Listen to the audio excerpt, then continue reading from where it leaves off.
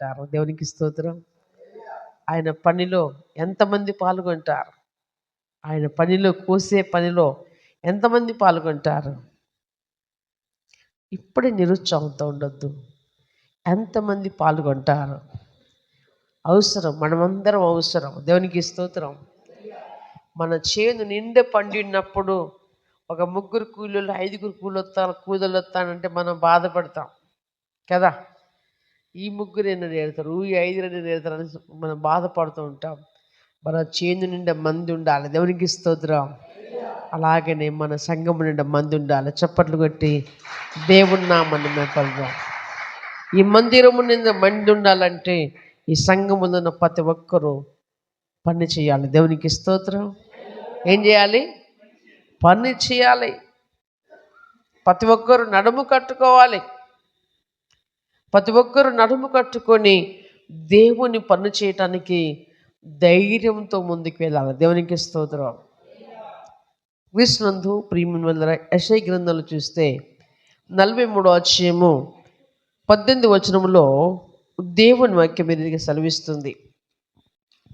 యెషయా గ్రంథం 43వ అధ్యాయము 18వ వచనం. మునుపటి వాటిని జ్ఞాపకము చేసుకొనకుడి,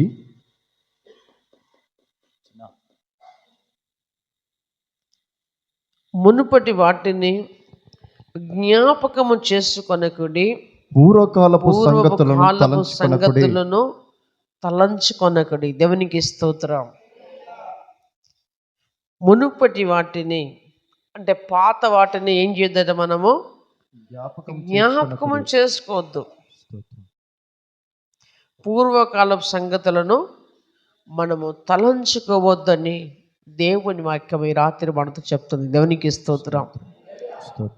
ఎందుకంటే కొరింథీ పత్రికలు అంటారు, ఇదిగో పాతవి గతించెను, సమస్తము కొత్తవాయను. దేవునికి స్తోత్రం. కొత్తది వచ్చినప్పుడు పాతది మరుగైపోతున్నటువంటి తరుణం. అలాగనే క్రీస్తునందు మునుపటి వాటిని ఏం చేయాలి? మనము జ్ఞాపకం చేసుకొనకూడదు. పూర్వకాల సంగతులను తలంచుకొనొద్దు. ఎలాగ జరిగిపోయింది ఇలా అని ప్రతి విషయములో మనము దాని మీదనే ఆధారపడద్దు. దేవునికి స్తోత్రం.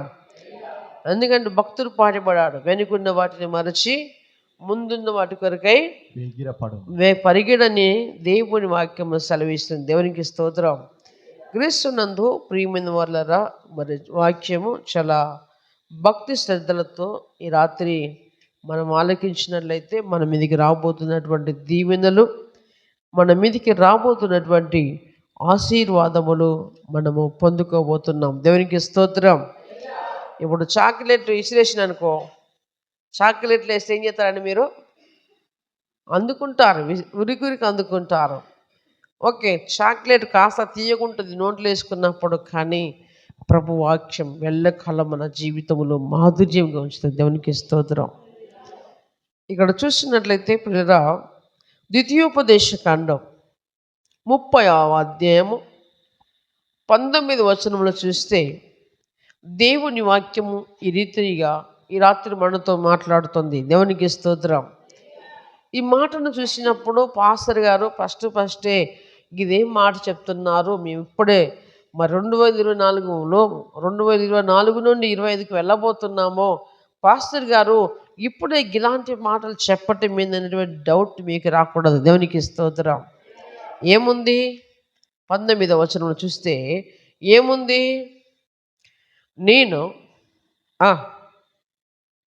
ద్వితీయోపదేశకాండం 30వ అధ్యాయము 19వ వచనం, నేడు జీవమును మరణమును ఆశీర్వాదమును శాపమును నేను నీ ఎదుట ఉంచి భూమి ఆకాశములను మీ మీద సాక్షులుగా ఉంచుచున్నాను.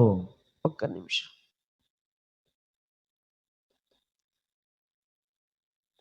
దేవునికి స్తోత్రం. నేడు అంటే ఎప్పుడు? నేడు అంటే ఎప్పుడు అండి? ఇప్పుడే. ఈ మాటలు పాజిటివ్గా తీసుకోండి. నేడు అంటే ఇప్పుడే మన ఎదుట ఏం పెట్టాడు దేవుడు? జీవమును మరణమును ఆశీర్వాదమును శాపమును నేను నీ ఎదుట ఉంచినాను. దేవునికి స్తోత్రం. ఇప్పుడు మన ఎదుట ఏముంది? జీవముంది, మరణముంది, ఆశీర్వాదం ఉంది, శాపం ఉంది. ఈ నాలుగిట్లో మనకి ఏది కావాలి చెప్పాలి. ఈ నాలుగిట్లో ఎవరు కోరుకుండేది? ఇప్పుడు జీవమును కోరుకుంటే ఎంతమంది చెలబెట్టండి? జీవం. మరణం ఎవ్వరు కోరుకోరు. గూట్లో ఉన్న ముసలమ్మ కూడా కోరుకోవద్దు. ఆశీర్వాదం అయ్యో చేయలేపట్టండి. దేనికి? మళ్ళీ ఇంకొకటి శాపమే ఉంది ఆడ. ఇంకోటి నెక్స్ట్ వచ్చేది ఏముంది? శాపమే ఉంది ఆడ. ఏంగా ఉన్నది? జీవం, మరణం, ఆశీర్వాదం, శాపం. ఈ నాలుగుట్లో మనం ఏం కోరుకుంటున్నాం? హల్లెలూయా. ఈ నాలుగుట్లో మరణం వదిలిపెట్టారు కొంతమంది, శాపమును కొంతమంది వదిలిపెట్టారు, కొంతమంది ఆశీర్వాదం ఎక్కువ మంది కోరుకున్నారు, జీవమును తక్కువ మంది కోరుకున్నట్టు కనపడుతుంది. దేవునికి స్తోత్రం. క్రీస్తునందు ప్రియమైనటువంటి దేవుని బిడ్డలారా, ఈ రాత్రి మనము కోరుకోవాల్సింది ఏంటిదయ్యా అంటే, చాలామంది ఆశీర్వాదం కోరుకున్నారు. సంతోషకరమైనటువంటిదే, కానీ మనం కోరుకోవాల్సింది జీవం. చప్పట్లు కొట్టి దేవుని నామమున మహిమపరుద్దాం. జీవము కోరుకోవాలి. ఎందుకు జీవం కోరుకోవాలంటే, జీవము మన తండ్రి అయిన దేవుడు. దేవునికి స్తోత్రం. ఆయన ఉంటే, మనతో ఉంటే ఆశీర్వాదాలు మన వెంట పరిగెత్తుకొని వస్తాయి. చప్పట్లు కొట్టి దేవుని నామమున మహిమపరుద్దాం. జీవమును కాదనుకొని ఆశీర్వాదం కోరుకుంటే, ఆశీర్వదించే దేవుణ్ణి మనం ఏం చేస్తున్నాం? పక్కకు పెడుతున్నాం. ఓకే, సంథింగ్ మీరు తెలుసో తెలియక ఆశీర్వాదం అనగానే ఇది మేలే కదా అనుకొని చెప్పొచ్చు. అందుని బట్టి పెద్ద మిస్టేక్ ఏం కాదు. అలాంటి వారు ఉండాలి. దేవునికి స్తోత్రం. ఇలా క్వశ్చన్స్ అడిగినప్పుడు ఈ ఏదో ఒక సమాధానం చెప్పేవారు ఉన్నప్పుడు సత్యమును మీరు వినగలుగుతారు. దేవునికి స్తోత్రం. అయితే ప్రభు అంటున్నాడు, నేనే మార్గమును సత్యమును జీవము. దేవునికి స్తోత్రం. జీవము అంటే ఎప్పటికీ జీవించేది అది. దేవునికి స్తోత్రం. ఆశీర్వాదం అంటే పిల్లరా, దేవుడు ఆశీర్వదిస్తాడు ఆటోమేటిక్గా. మనం జీవము కలిగి ఉన్నప్పుడు ఆటోమేటిక్గా ఆశీర్వాదాలు అవి వెనక్కి వస్తూనే ఉంటాయి. దేవునికి స్తోత్రం. కానీ ప్రియమైనలారా, మనమైతే జీవం గల దేవుని ఆలయమైనాం. దేవునికి స్తోత్రం. ఏ ఆలయము? జీవం గల సచ్చినటువంటి ఆలయాలు కాదు, చచ్చిపోయినటువంటి ఆలయములు కాదు. అయితే ఈ రాత్రి మనమే ఇక్కడ డిసైడ్ చేసుకోవాలి. మనమే ఈ రాత్రి డిజైన్ చేసుకోవాలి.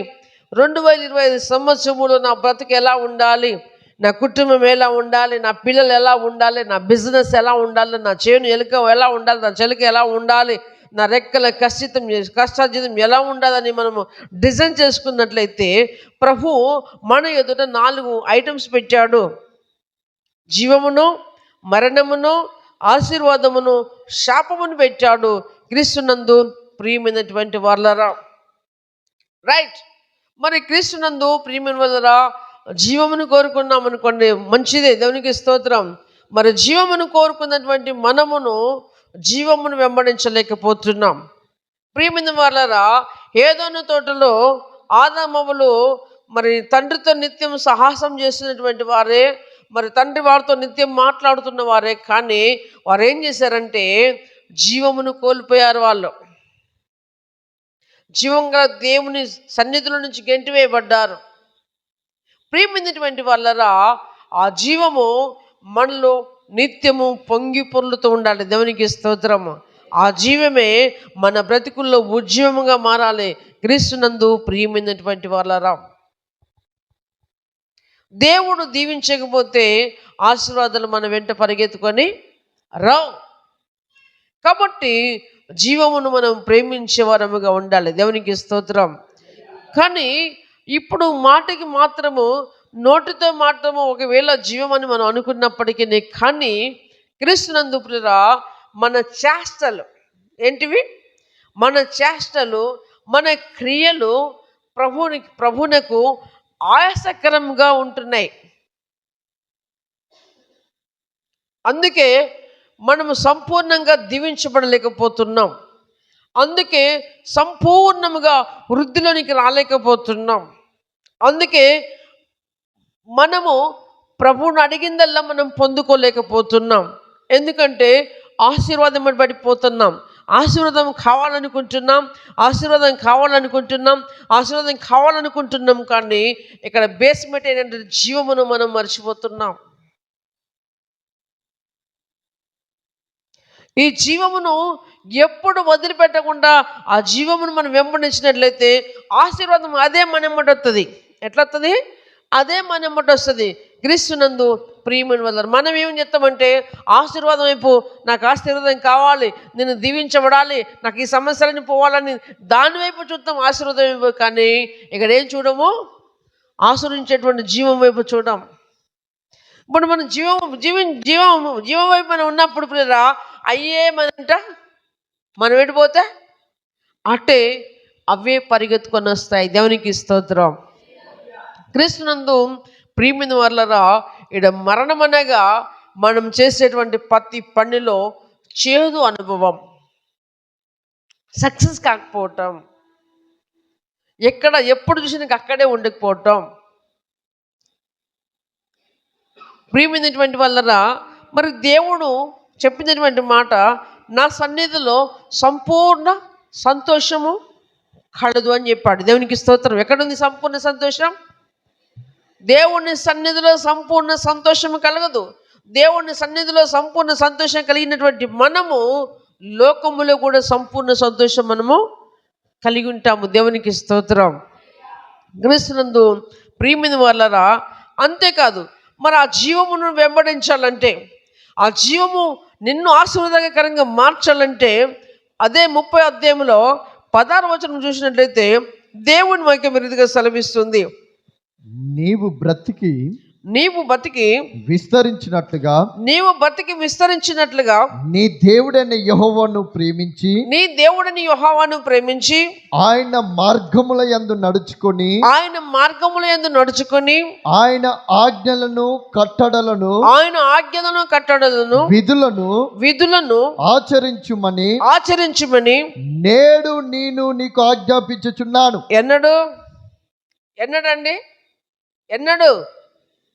ఎన్నడండి? నేడే, ఇప్పుడే చెప్తున్నాడు. ఎందుకు? 2025 సంవత్సరములో నీ కుటుంబం మేలుకరంగా, ఆశీర్వాదకరంగా, దీవెనకరంగా ఉండాలంటే నేడే నీవు ఉండాలి. దాన్ని పట్టుకోవాలి. ఈ జీవమును వదిలిపెట్టగా ఈ జీవముతో కొనసాగే వారముగా మనం ఉండాలి. దేవునికి స్తోత్రం. ఏం పట్టుకోవాలట? ఆయన అంటున్నాడు, ఏమంటున్నాడు? ఆయన ఆజ్ఞలను పట్టుకోవాలి, ఆయన కట్టడలను పట్టుకోవాలి. దేవునికి స్తోత్రం. ఒక బిజినెస్ మ్యాన్లో, ఒక కంపెనీలో ఒక సూపర్వైజర్ కావాలంటే, ఒక మేనేజర్ కావాలంటే దానికి ఉన్న బాస్ చెప్పిన ప్రకారం మాత్రము నడుచుకోవాలి. దేవునికి స్తోత్రం. అయితేనే మేనేజర్ పోస్ట్ వస్తుంది, సూపర్వైజర్ పోస్ట్ వస్తుంది, లీడర్ పోస్ట్ వస్తుంది. కానీ తన బాస్ చెప్పిన ప్రకారం నడుచకపోతే ఏం పోస్ట్ రాదు. చెప్రాజ్ పోస్ట్ కూడా, గేట్ మెయిన్ పోస్ట్ కూడా రాదు. అలాగనే దేవుడు పిల్లరా మనకు కొన్ని నియమ నిబంధనలు ఇచ్చాడు, కొన్ని కట్టుబాట్లు ఇచ్చారు. దేవునికి స్తోత్రం. హల్లెలూయా. ఏమి ఇచ్చారండి? కొన్ని కట్టుబాట్లు ఇచ్చాడు. ఆ కట్టుబాట్లను మనం ఫాలో కాకపోతే ఆ జీవమును మనం ప్రేమిస్తలేం పిల్లరా. ఆ జీవమును మనం తిరస్కరిస్తున్నాం. ఆ జీవమును నువ్వు ప్రేమించితే ఈ కట్టుబాట్లు అనుసరించాలి. దేవునికి స్తోత్రం కదా. ఒక యవ్వనుడు పెళ్లి చేసుకున్నాక తన భార్య అయితే ఎలాగో అతను వెంబడించి అతనితో వెళ్ళి అతనితోనే సుఖ సంతోషాలు ఎలాగ పంచుకుంటుందో, దేవుడు నమ్ముకున్నటువంటి బిడ్డ నువ్వెవరైనా సరే దేవుడు చెప్పిన ప్రకారము ఆయనతో నడుచుకోవాలి, ఆయన చెప్పింది చేయాలి. అప్పుడు నీకు సంతోషం కలుగుతుంది, నీకు మేలు కలుగుతుంది, నీకు దీవెన కలుగుతుంది. నువ్వు పట్టుకున్నదల్లా ఆశీర్వదింపబడుతుంది. చప్పట్లు కొట్టి దేవుని నామాన్ని మెప్పరుస్తాం. కాబట్టి ప్రియమైనటువంటి దేవుని సంగమా, నీవు బ్రతికి విస్తరించినట్లుగా నువ్వు విస్తరించాలని నా కోరిక ప్రతి ఒక్కరికి ఉంటుంది. నా కుటుంబం వృద్ధిలోనికి రావాలి, నా అప్పులన్నీ పోవాలి, నేను బాగా ఒక స్థితిలోనికి రావాలని ప్రతి ఒక్కరికి ఉంటుంది భూమి మీద. అది కావాలంటే ఒకరి సహాయం కావాలి. దేవునికి స్తోత్రం. హల్లెలూయా. ఏం కావాలి? సహాయం కావాలి. నరునికి దేవుడు సాటి అయిన సహాయమును శ్రేణిచ్చాడు. నరునికి దేవుడు తన ఐశ్వర్యం ఇవ్వడానికి సిద్ధంగా ఉన్నాడు. దేవునికి స్తోత్రం. తన ఆశీర్వాదాలు ఇవ్వడానికి సిద్ధంగా ఉన్నాడు. అయితే పొందుకోవడానికి మనం అర్హులుగా ఉండాలి. దేవునికి స్తోత్రం. కృష్ణనందు పిల్లలు ఉత్తగానే రావు ఆశీర్వాదాలు. ఇప్పుడు మన ఇంటి బిడ్డను ఒక ఇంటికి ఇస్తున్నాం అనుకో, ఉత్తగానే ఇస్తామా? ఎర్రగా ఉన్నాడు, బుర్రగా ఉన్నాడు, హైట్ ఉన్నాడు, మంచి షార్ప్గా ఉన్నాడు ఇస్తామా? ఇవ్వమే. వాళ్ళ బ్యాక్గ్రౌండ్ ఏంది, వాళ్ళ గుణగణాలు ఏంది, ఈ పిల్లగాని తత్వం ఏంది, అన్నీ ఆరా తీసి మన అమ్మాయిని ఇస్తాం కదా. మరి పిల్లల ప్రబుద్ధి మంది ఉత్తగా జ్ఞానించి వస్తాయి. అయితే మనకు కూడా దేవుడు ఏం చెప్పాడు? కొన్ని కట్టడలు పెట్టాడు. హల్లెలూయా. ఏం పెట్టాడు? కొన్ని కట్టడలు పెట్టాడు, కొన్ని విధులను పెట్టాడు, కొన్ని ఆజ్ఞలు పెట్టాడు. ఆచరించమని చెప్పాడు. నేడు నీకు నేను ఆజ్ఞాపించున్నాను. అట్లు చేసిన యెడల నీవు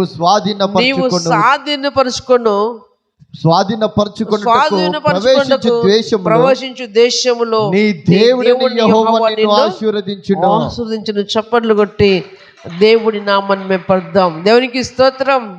నువ్వెక్కడ ఉన్నా, ఏ దేశములో ఉన్నా, ఏ రాష్ట్రములో ఉన్నా, ఎక్కడ ఉన్నాను కానీ దేవుని మాటలు చిత్తానుసారంగా మనం నడుచుకున్నప్పుడు ఆయన ఆశీర్వాదం మనకు ఐశ్వర్యంగా మారుతుంది. దేవునికి స్తోత్రం. హల్లెలూయా. అంతేకాదు ద్వితీయోపదేశ కాండం 28వ అధ్యాయంలో 2-6 వచనాలు చూసినట్లయితే దేవుని వాక్యం విరుద్ధంగా సెలవిస్తుంది. 2 నుండి 6 వరకు చూసినట్లయితే ద్వితీయోపదేశ కాండం 28వ అధ్యాయము 2 నుండి 6 వచనం చూసినట్లయితే దేవుని వాక్యం విరుద్ధంగా సెలవిస్తుంది. నీవు నీ దేవుడైన యెహోవా మాట వినిన యెడల. నీవు ఎవరట గమనించాలి. ఇప్పటిదాకా ఏమన్నాడు దేవుడు? నేడు నేను జీవమును, మరణమును, ఆశీర్వాదమును, శాపమును ఎదుట పెట్టానన్నాడు. ఇక్కడేమన్నాడు? 16వ వచనంలో నేడు నీవు నేను చెప్పిన ఆజ్ఞను ఏం చేయమన్నాడు? నడుచుకోమన్నాడు. ఇప్పుడేమంటున్నాడు? నీవు నీ దేవుడని యెహోవా మాట వినిన యెడల ఈ దీవెనలన్నీ నీ మీదకి వచ్చి, దీవెనలన్నీ వస్తాయి మన మీదకి. దేవునికి స్తోత్రం. వచ్చినటువంటి జబ్బే ఇక్కడ, వచ్చినటువంటి సమస్య ఇక్కడ, వచ్చినటువంటి బాధ ఇక్కడ. దేవుడు దీవించాలని ఆశపడతాం. దేవుడిని ఎప్పుడు ఈ కష్టాల నుంచి బయటికి తీసుకొస్తానని ఆశపడతాం. దేవునికి ఎన్నో మొక్కులు మొక్కుతాం. కానీ దేవుడు పెట్టేటువంటి షరతులకు మాత్రం మనము, ఆయన కఠినమైన షరతులు ఏం పెట్టాడు? ఫాలో మీ అంటాడు. దేవునికి స్తోత్రం. ఏమంటాడు? ఫాలో మీ, నన్ను ఫాలో కా అంటాడు దేవుడు. అంతేకాని కఠినమైన షరతులు పెట్టి అట్లయితేనే ఇట్లా, ఇట్లయితేనే అట్లా అని చెప్పేవాడు కాదు. నీవు ఏం చేయమంటున్నాడు? నీవు నీ దేవుడైన యెహోవా మాట వినిన యెడల, నీవు నీ దేవుడని యెహోవా ఎవరినైతే నువ్వు దేవుడిగా ఎంచుకున్నావో, ఎవరినైతే మనము దేవుడిగా ఎంచుకున్నామో ఆయన మాట మనం వినక తప్పదు. దేవునికి స్తోత్రం. ఆయన మాట మనం వినాలి. ఆయన మాట మనం విన్నట్లయితే ఈ దీవెనలన్నీ నీ ఈ మీదికి వచ్చి దీవెనల నీకు గంప ప్రాప్తించును. పెద్ద గంపే ఉంది దేవుని దగ్గర. దేవునికి స్తోత్రం. ఏ గంప? పెద్ద గంప ఉంది, దీవెనల గంప. అల్ల ఎన్ని తీసినా ఒడవు. ఈ దీవెనలన్నీ అంటున్నాయి, దీవెన అంటలేడు. దేవునికి స్తోత్రం. ఈ దీవెనలన్నీ నీ మీదికి వచ్చి నీకు ప్రాప్తించును. నీకు ప్రాప్తిస్తాయి. నీ జీవితంలో అవన్నీ వస్తాయి, ఫలవర్తంగా అవుతాయి. నీవు పట్టణములో దీవింపబడుదువు. నీవు పట్టణములో ఉంటే పట్టణములో దీవించబడతావు. పొలములో దీవింపబడుదువు. నీకు పొలం ఉంటే నువ్వు పొలములో దీవించబడతావు. నీ గర్భఫలము, నీ కుటుంబములో నీ గర్భఫలము దీవించబడుతుంది. నీ భూఫలము, ఒక నిమిషం, నీ గర్భఫలం అంటే నీ పిల్లలు ఒక ఉజ్వల భవిష్యత్తులో ఉన్నత స్థితిలోకి వెళ్ళిపోతారు. దేవునికి స్తోత్రం. నీ గర్భఫలము దీవించబడుతుంది. నీ భూఫలము, నీకు భూమి ఉన్నట్లయితే నీ భూమి విస్తారమైన పంటనిస్తుంది. నీ పశువుల మందలు, నీకు పశువుల మందలు ఉన్నట్లయితే అవి విస్తరిస్తాయి. నీకు దుక్కిటెద్దులు ఉన్నట్లయితే అవి విస్తరిస్తాయి. నీ గొర్రె మేక మందలు, గొర్రె మేకల మందలు ఉంటే కూడా అవి విస్తరిస్తాయి, దీవింపబడును, దీవించబడతాయి. దేన్ని బట్టి? ఈ దీవెనలన్నీ రావాలంటే ఏం చేయాలి మనము? ఈ దీవెనలన్నీ రావాలంటే, ఈ ఆశీర్వాదాలు రావాలంటే ఏం చేయాలంటే ఆయన మాట మాత్రమే వినాలి. దేవునికి స్తోత్రం. హల్లెలూయా. నా మాట వినొద్దు, దేవుని మాట వినాలి. దేవునికి స్తోత్రం. హల్లెలూయా. దేవుని మాట వినాలి. అది నా మాటగా మీరు స్వీకరించొద్దు, దేవుని మాటగా స్వీకరించాలి. దేవునికి స్తోత్రం. ఎవరి మాటగా? దేవుడు. మనం అనుకుంటే ఏంటంటే ఈ పాస్టర్లు ఏదో తీసుకొచ్చి ఏదో చెప్తూనే ఉంటారులే అనుకుంటాం. I'm sorry.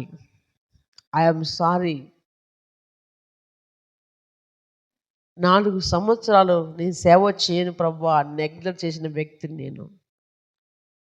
వదిలిపెట్టినటువంటి దేవుడు ఆయన. తన ప్రజలకు ఒక నాయకుడిగా నిలబెట్టుకున్నాడు, తన ఊరగా వాడుకుంటున్నాడు. అంతే తప్ప ప్రియమైనటువంటి వాళ్ళరా, ఇవి నా మాటలుగా భావించొద్దు. ఎవరి మాటలు ఇవి? దేవుని మాటలు. దేవునికి స్తోత్రం. హల్లెలూయా. వాక్యమైనటువంటి దేవుడు అబ్రహాం దగ్గరికి వచ్చాడు. ఎవరి దగ్గరికి వచ్చాడు? అబ్రహాం దగ్గరికి వచ్చాడు. అదే వాక్యమైన దేవుడు మన దగ్గరికి వచ్చాడు. దేవునికి స్తోత్రం. హల్లెలూయా. అదే వాక్యమైన దేవుడు కృపా సత్య సంపూర్ణుడిగా మన మధ్యలోకి వచ్చాడు, నివాసం చేశాడు. దేవునికి స్తోత్రం. ప్రియమైనటువంటి వాళ్ళరా, ఈ దీవెనలన్నీ మన మీదకి వస్తాయని దేవుని వాక్యం సెలవిస్తుంది. దేన్ని కోరుకోవడం వల్ల? జీవమును కోరుకోవడం వల్ల, జీవం మీద ఇష్టపడడం వల్ల, జీవమును వెంబడించడం వల్ల ఇవన్నీ మనకు ప్రాప్తిస్తానికి దేవుడు సిద్ధముగా పెట్టాడు. దేవునికి స్తోత్రం. హల్లెలూయా. ఇప్పుడు వస్తున్నాయో లేవగానే దుకాణం దగ్గర లక్కీ లాటరీ చిట్టీలు వచ్చేది కదా. 5 పైసల బిల్లు, 10 పైసల బిల్లు ఉండేది. అది తీస్తే అలా ఎంత నోట్, ఎంత 100 రూపాయలు పడితే 100 ఇచ్చేటోళ్ళు. ఆ చిట్టి మన చేతిలో ఉంది. దేవునికి స్తోత్రం. హల్లెలూయా. ఏంటిదయ్యా అంటే ఆయన మాట వినాలి. ఓకే, ఇప్పుడు మీరు అనొచ్చు, ఆయన మాట వినకపోతే ఈ రాత్రి మేము ఇక్కడికి ఎందుకు వస్తామయ్యా అని అనొచ్చు మీరు. హల్లెలూయా. అవును, ప్రయాసపడి వచ్చినందుకు మీకు ప్రత్యేకమైనటువంటి వందనాలు. కానీ ఎన్నోసార్లు ఆయన మాట తిరస్కరించుతున్నాం. దేవుడు మనకు సృష్టిలో 7 దినములు ఉంచాడు. 6 దినములు మీరు కష్టపడండి అన్నాడు. 1 దినం నా సన్నిధికి రానన్నాడు. ఎందుకు రమ్మన్నాడు? మీరు 6 దినములు పడినటువంటి కష్టం, మీరు 6 దినములు చేసినటువంటి కష్టం 7వ దినములో మిమ్మల్ని దీవించి పంపుతా. ఒక భక్తుడు గుడికి వచ్చినప్పుడు దీవెనలు వస్తాయా? ఏమవుతాయి చెప్పండి? ఏమవుతాయండి? దీవెనలు వస్తాయి. ఆ దీవెనను మనము మన పనిపాటల చేత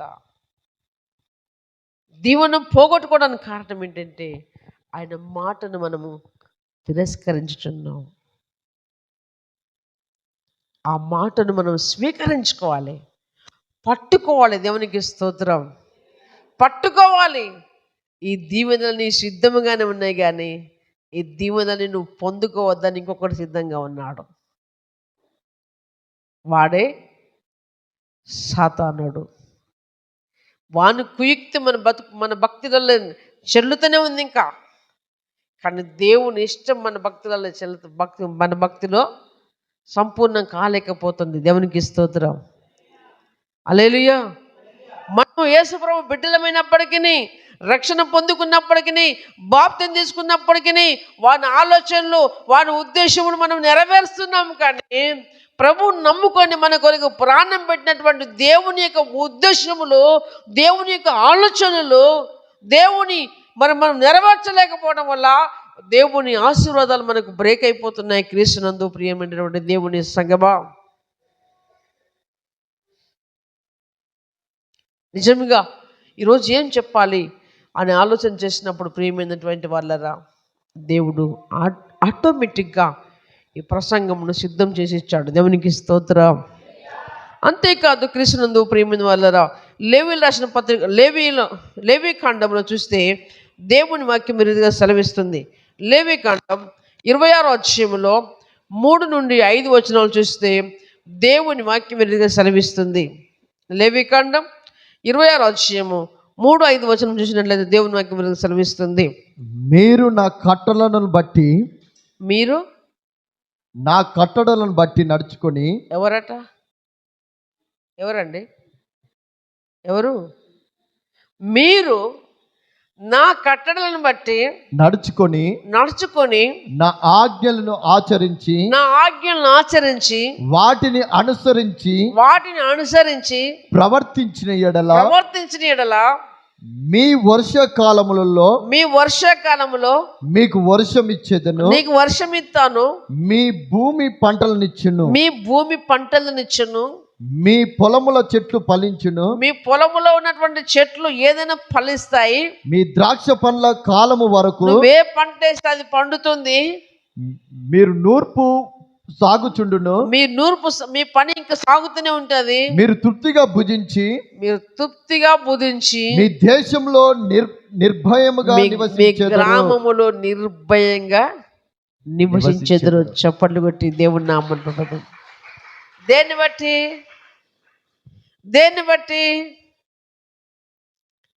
బట్టి వస్తుంది ఇదంతా? ఆయన మాట వినేదాన్ని బట్టి. ఒకవేళ డౌట్ రావచ్చు, ఇప్పుడు యేసుప్రభు బిడ్డలకే వర్షం కురిపిస్తున్నాడా యేసయ్య, అందరికి కురిపిస్తున్నాడా అనే డౌట్ రావచ్చు. ఎస్, ఆయన అందరికీ, ఆయన పిల్లలు అని ఆయనకి తెలుసు, అందరికి వర్షాన్ని ఇస్తున్నాడు. దేవునికి స్తోత్రం. కానీ దేవుడు ఆశీర్వదించేది మాత్రం తమ పిల్లలను మాత్రమే. చప్పట్లు కొట్టి దేవుని నామమున విద్దాం. ఒక తల్లి మైబాద్కి పోయి వచ్చింది. మైబాద్ పోయి వచ్చినప్పుడు తన బిడ్డని ఇంటికాడ ఆడుకుంటున్నాడు. మా అమ్మ వచ్చిందని ఇంటి గురికి వచ్చాడు.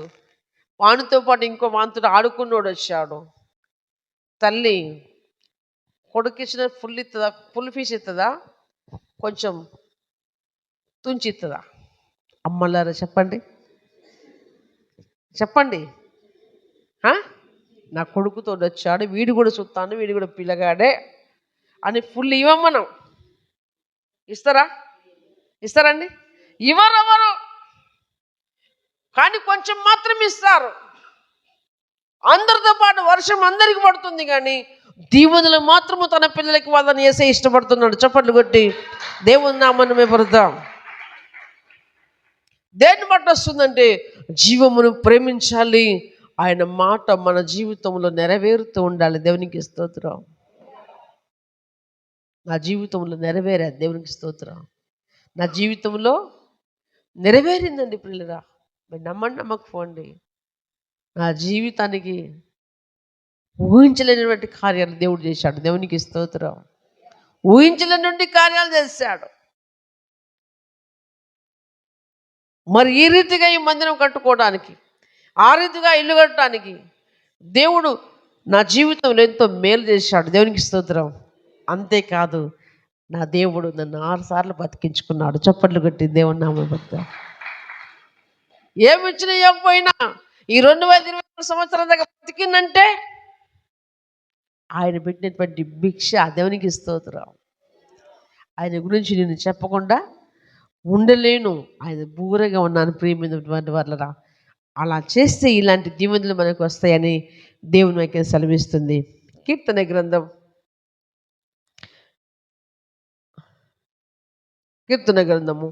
115 అధ్యాయము. కీర్తన గ్రంథము 115 అధ్యాయము 13-15 వచనం. కీర్తన గ్రంథం పిన్నలనేమి పెద్దలనేమి తన యందు భయభక్తులు గల వారిని యెహోవా ఆశీర్వదించును. దేవునికి స్తోత్రం. ఎవరిని ఆశీర్వదిస్తాడట?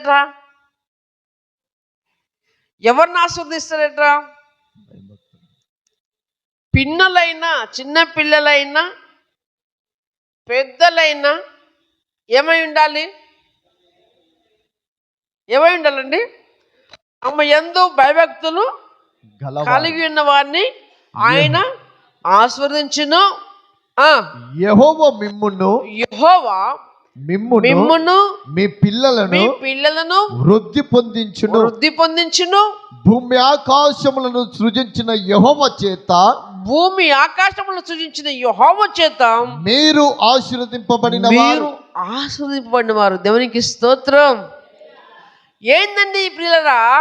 మనము దేవుని చేత ఆశీర్వదింపబడినటువంటి వ్యక్తులమే. ఎవరి చేత? దేవుని చేత మనం ఆశీర్వదింపబడినటువంటి వ్యక్తులమే.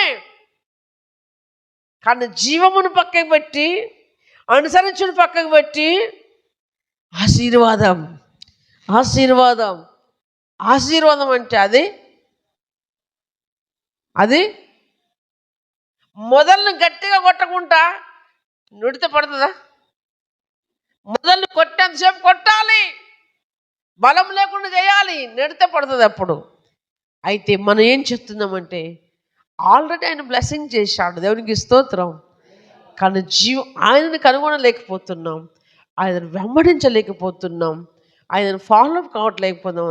ఆయన మనకి విధించినటువంటి నియమ నిబంధనలు మనము పాటించలేకపోతున్నాం. ప్రియమైనటువంటి దేవుని సంగమ, మరి రాత్రి దేవుడు ఎందుకు ఈ రీతిగా మనతో మాట్లాడుతున్నాడు అంటే, ఇకనైనా ఇంతవరకు మనల్ని వెంటాడుతూ వస్తున్న దారిద్ర్యం, శాపం, మరి ఇంకేది ఉన్నా దీన్ని వదిలిపెట్టేసండి.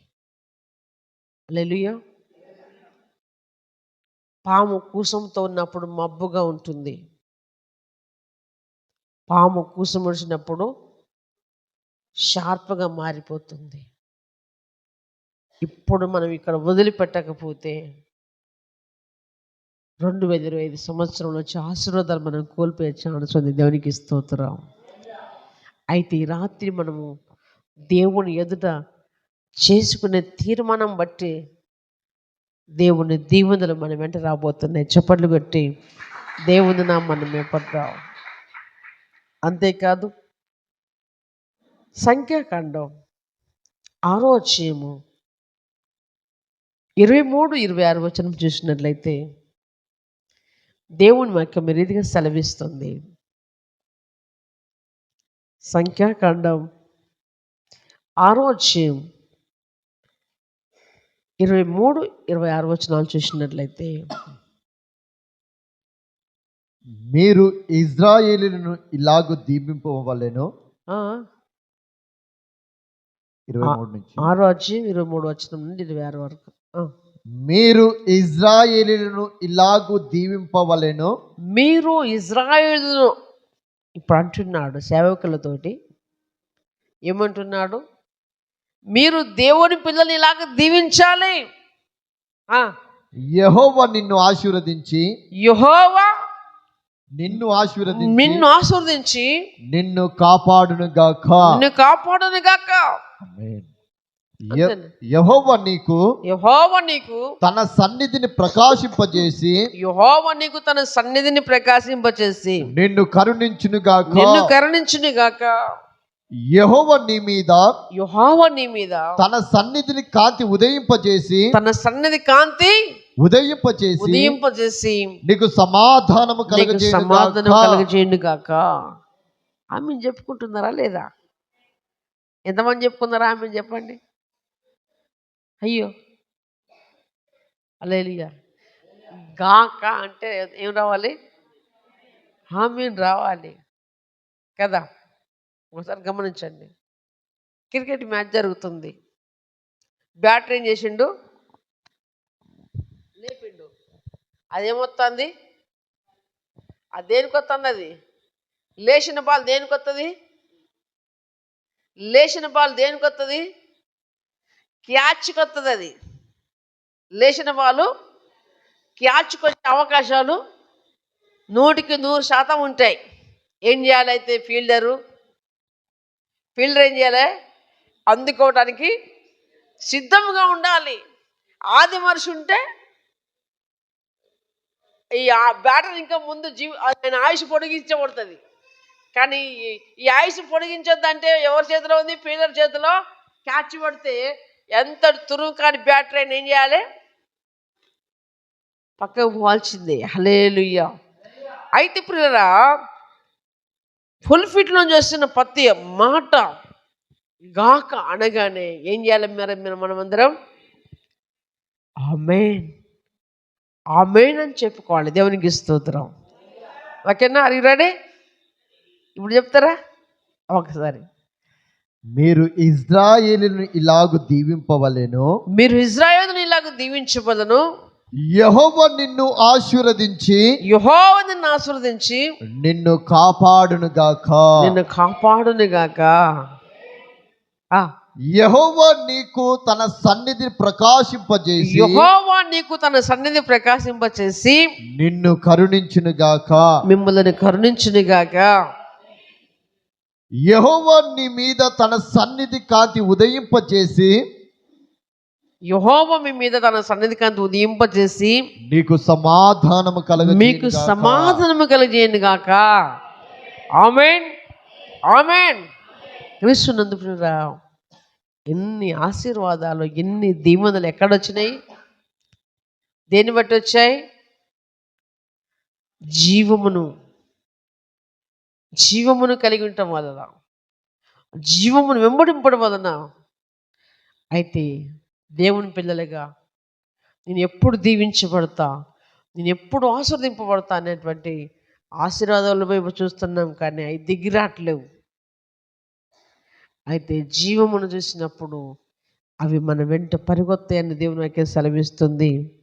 కీర్తన గ్రంథంలో చూస్తే 118 అధ్యాయములో 26 వచనంలో దేవుని వాక్యం సెలవిస్తుంది. యెహోవా పేరుట వచ్చువాడు ఆశీర్వాదము పొందును గాక. యెహోవా మందిరములో నుండి మేము దీవించుచున్నాము. వద్దా? ఆమె చెప్పట్లేదు కదా. హల్లెలూయా. యెహోవా పేరుట వచ్చువాడు ఆశీర్వాదం పొందును గాక. యెహోవా మందిరములను మేము దీవించుచున్నాం. ఆమేన్. కృష్ణునందు ప్రియమైన వాళ్ళరా, చివరిగా ద్వితీయోపదేశకాండం 11వ అధ్యాయం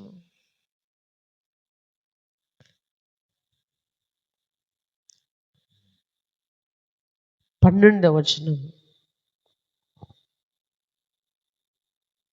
ద్వితీయోపదేశకాండం 11:12లో అది ఆకాశ వర్ష జలము త్రాగును. అది ఆకాశ వర్ష జలం తాగును. అది నీ దేవుడైన యెహోవా లక్ష్యపెట్టు దేశము నీ దేవుడని యెహోవా లక్ష్యపెట్టు దేశం. దేవునికి స్తోత్రం. హల్లెలూయా. దేవుడు మనల్ని ఎంతగానో లక్ష్య పెట్టుతున్నాడు. కానీ మనము దేవుణ్ణి లక్ష్య పెట్టలేకపోతున్నాం. దేవుడు మనం లక్ష్య పెట్టకపోతే తన మహోన్నతమైనటువంటి స్థానం నుంచి భూమి మీదకి వచ్చి ఆయన శిలువ మరణం పొందిన అవసరమే లేదు. ఆయన లక్ష్య పెడుతున్నాడు మనల్ని ఇష్టపడుతున్నాడు, మనం కావాలని కోరుకుంటున్నాడు ఆయన. అయితే నీ దేవుడిని యెహోవా లక్ష్యపెట్టు దేశం అది. నీ దేవుడైన యెహోవా కన్నులు నీ దేవుడని యెహోవా కన్నులు సంవత్సరాది మొదలుకొని సంవత్సరాంతం వరకు ఎల్లప్పుడూ దాని మీద ఉండును.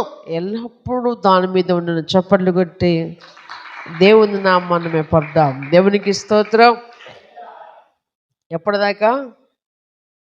సంవత్సరాది మొదలుకొని 2025 సంవత్సరం మొదలుకొని 2025 డిసెంబర్ 31 వరకు ఏముంటాయట? ఆయన కన్నులు ఎల్లప్పుడు ఎవరి మీద ఉంటాయట? మన మీద ఉంటాయని దేవుడు చెప్తున్నాడు. దేవునికి స్తోత్రం. ప్రియమైన వాళ్ళని ఇప్పుడు చెప్పండి, నేడు జీవమును మరణమును ఆశీర్వాదమును శాపమును మీ ఎదుట ఉంచున్నాను, మీరు ఏది కోరుకుంటారు? హల్లెలూయా, హల్లెలూయా. జీవమును కోరుకుంటే ఆయనను వెంబడించాలి. దేవునికి స్తోత్రం. హల్లెలూయా, హల్లెలూయా. సంతలకు పోయి గొర్రె పిల్ల కొనుక్కుంటే అది ఎవరెమ్మటి రావాలి? సంతలో పోయి ఎద్దును కొన్నాం అనుకో, ఎవరెమ్మటి రావాలి? చెప్పండి. ఇన్ని రోజులు ఆయన సాదిండు, గడ్డేసిండు, పువ్వేసిండు, నేను రానంటది అది. నీతో వస్తనే ఉంటుంది. హల్లెలూయా. ఒక మూగ పశువు వేరే వ్యక్తి పట్టుకున్నా పోతూనే ఉంటుంది. ఒక మూగ జీవి వేరే వ్యక్తి పట్టుకున్నా పోతుంది. అయితే ఆయన ఇష్టపడ్డ మనుషుడు మాత్రము ఆయన పిలిస్తే ఆయన వెంబడించలేకపోతున్నాం. కానీ ఆశీర్వాదాలు వెతుకుతున్నాం, జీవమును మర్చిపోతున్నాం. క్రీస్తునందు ప్రియమైనటువంటి దేవుని సంగమా, జీవమును మనం నిత్యము వెతుకుతూ ఉండాలి. ఈ జీవములోనే మన బ్రతుకు దినములన్నీ, మన కుటుంబం అంతా, మన చేను, మన చెలక, మన పాడి పంట, పిల్లలందరూ కూడా మరి ఆస్వాదింపడానికి కారణం ఏంటంటే జీవమైంది. ఈ జీవమును వెంబడించవలసిందిగా ప్రభు ప్రేమను బట్టి మేము హెచ్చరిస్తున్నాం, మేము బతుకులాడుకుంటున్నాం. దేవుడు ఈ కొద్ది మాటలు మన వినికిల్లో ఆస్వాదించి దీవించి ఫలింపచేయను గాక. ఆమేన్, ఆమేన్.